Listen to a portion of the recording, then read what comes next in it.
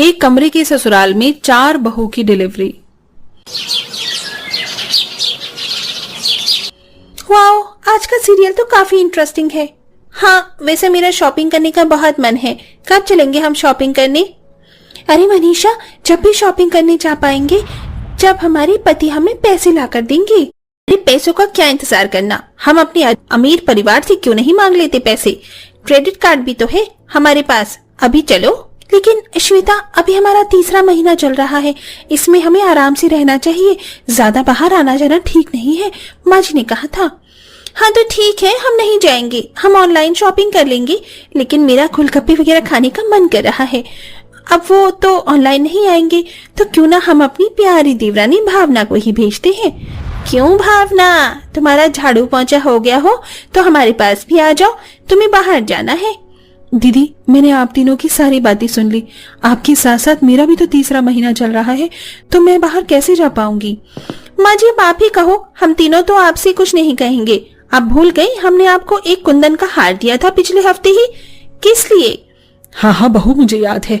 ए भावना, मुझे तेरे से कोई मतलब नहीं है, लेकिन मुझे अपनी तीनों अमीर बहू की बहुत चिंता है, इसीलिए चुपचाप से अभी ला दे गोलगप्पे और जो भी चाहिए इन्हें ला कर दे।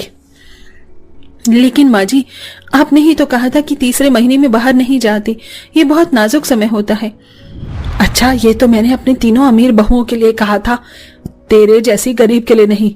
एक तो एक गरीब घर से उठकर आ गई, ऊपर से तेरा पति भी ज्यादा कमा कर नहीं देता। चल जा, अब मेरा मुंह मत खुलवा, अब मुझे भी गोलगप्पे खाने हैं। मैं लाई माँ जी। हे भगवान, मेरा और मेरे बच्चे की रक्षा करना, मैं सुरक्षित घर पर सामान लेकर आ जाऊं। तभी भावना अपनी तीनों जेठानी की फरमाइश पूरी करने के लिए बाजार निकल जाती है। तो ये है हमारी बेचारी भावना, जिसे शादी होने के बाद से सास और जेठानी दोनों काम करवा करवा कर उसे परेशान कर रही हैं। वहीं नकचड़ी मीनाक्षी शुरू से ही अपनी 3 घमंडी बहू को बहुत प्यार करती है, क्योंकि वो अमीर घर से आई थी। लेकिन चौथी बहू भावना गरीब घर से आती है और पति भी ज्यादा अच्छा नहीं कमाता। इस वजह से मीनाक्षी हमेशा उसे सुना दिया करती थी।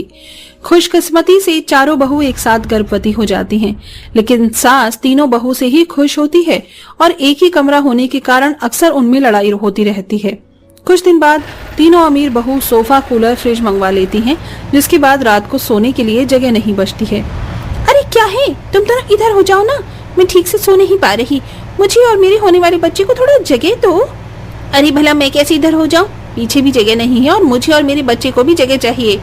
अच्छा, मतलब मैं पागल हूँ? एक तो तुम लोग सोफा कूलर ले आओ और फिर कम जगह में मैं पीछे हूँ। नहीं, मैं नहीं हो सकती, मैं नहीं हटूंगी, ये पीछे होगी जब भी तभी जगह बनेगी। इस भावना को बोलो यही होगी पीछे। दीदी, मैं और कितना पीछे हो जाऊं, मैं भी तो आपकी तरह गर्भवती हूँ और मेरे पीछे वो सो रहे हैं। अच्छा, तो हम क्या करें? हम यहाँ से नहीं उठ सकते हैं, तुम्हें ही जाना होगा और हमारी नींद खराब मत करो। दीदी, इसमें नींद खराब करने वाली क्या बात है? जब आपको पता है ये एक कमरे का ससुराल है, फिर भी आप फ्रिज, कूलर, सोफा ले आए, इसी वजह से तो जगह आज कम हो गई है।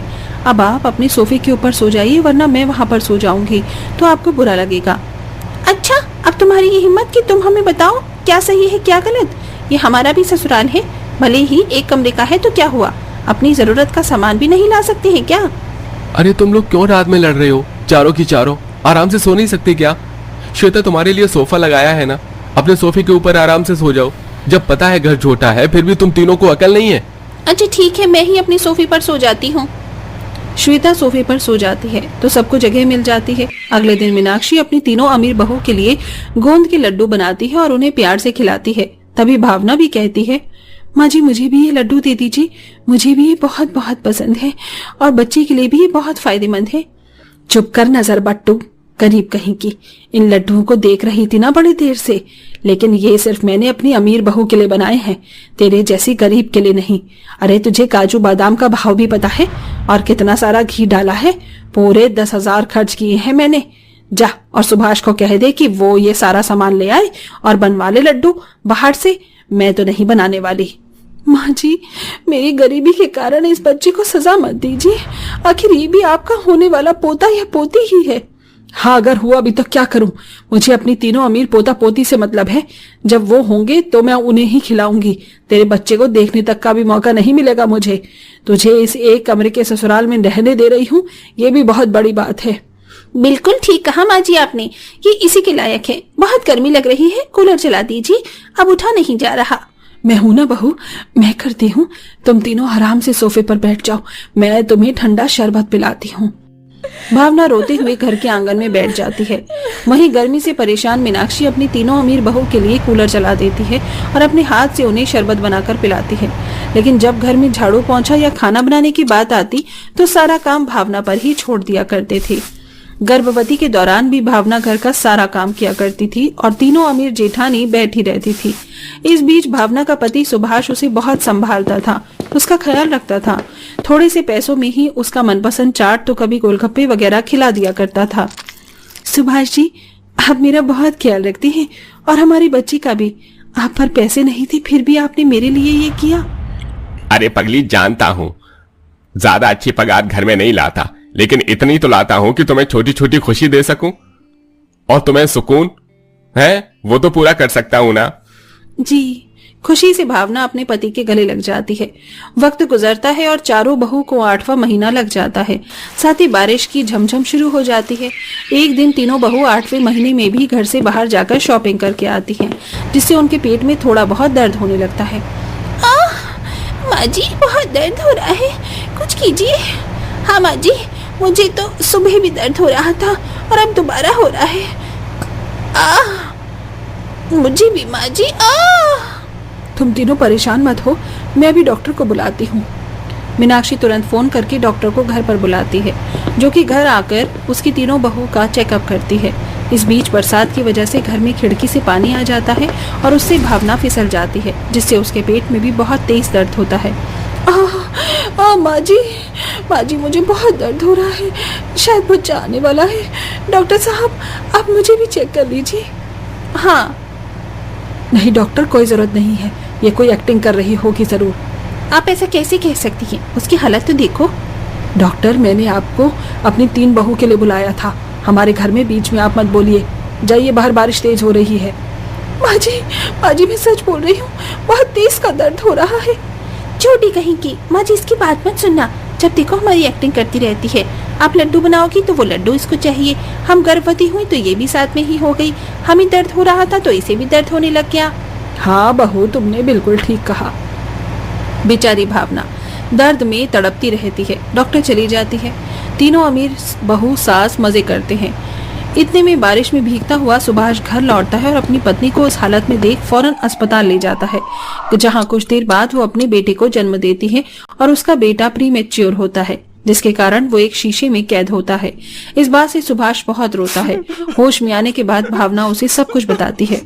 मुझे नहीं पता था सुभाष जी, माँ जी का दिल इतना पत्थर दिल हो जाएगा कि वो अपने पोते के बारे में भी नहीं सोचेंगी।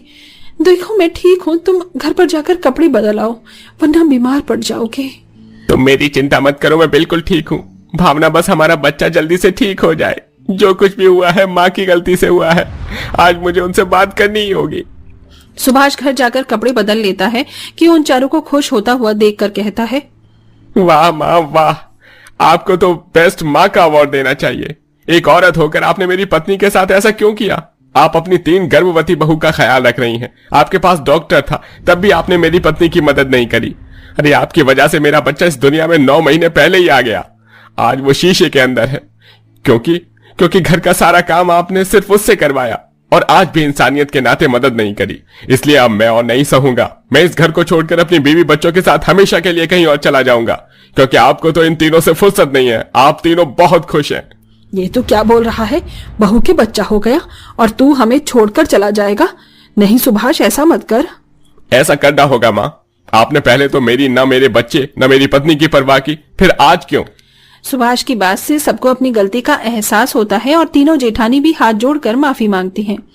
सुभाष, हमें माफ कर दो, हम सब ने उसके साथ बहुत गलत व्यवहार किया, लेकिन इस गलती को सुधारने का एक मौका दो। बेटा, बस मुझे एक मौका दे दे, मुझे माफ कर दे। मैं चारों में कोई भेदभाव नहीं करूंगी। मुझे बहू से मिलना है, बता कहाँ है? ठीक है, आपको मिलना है तो मेरे साथ चलिए। लेकिन आपने दोबारा कभी उसके साथ गलत किया तो मैं आपसे हमेशा के लिए दूर हो जाऊंगा। सुभाष उन सबको माफ कर उन्हें अस्पताल ले जाता है, जहां वो चारों भावना से माफी मांगकर उसे अपनाते हैं। भावना भी एक नई शुरुआत के साथ उन्हें माफ कर देती है और कुछ महीनों बाद मीनाक्षी अपनी चारों पोता पोती के साथ हंसी खुशी एक कमरे के ससुराल में रहने लगती है।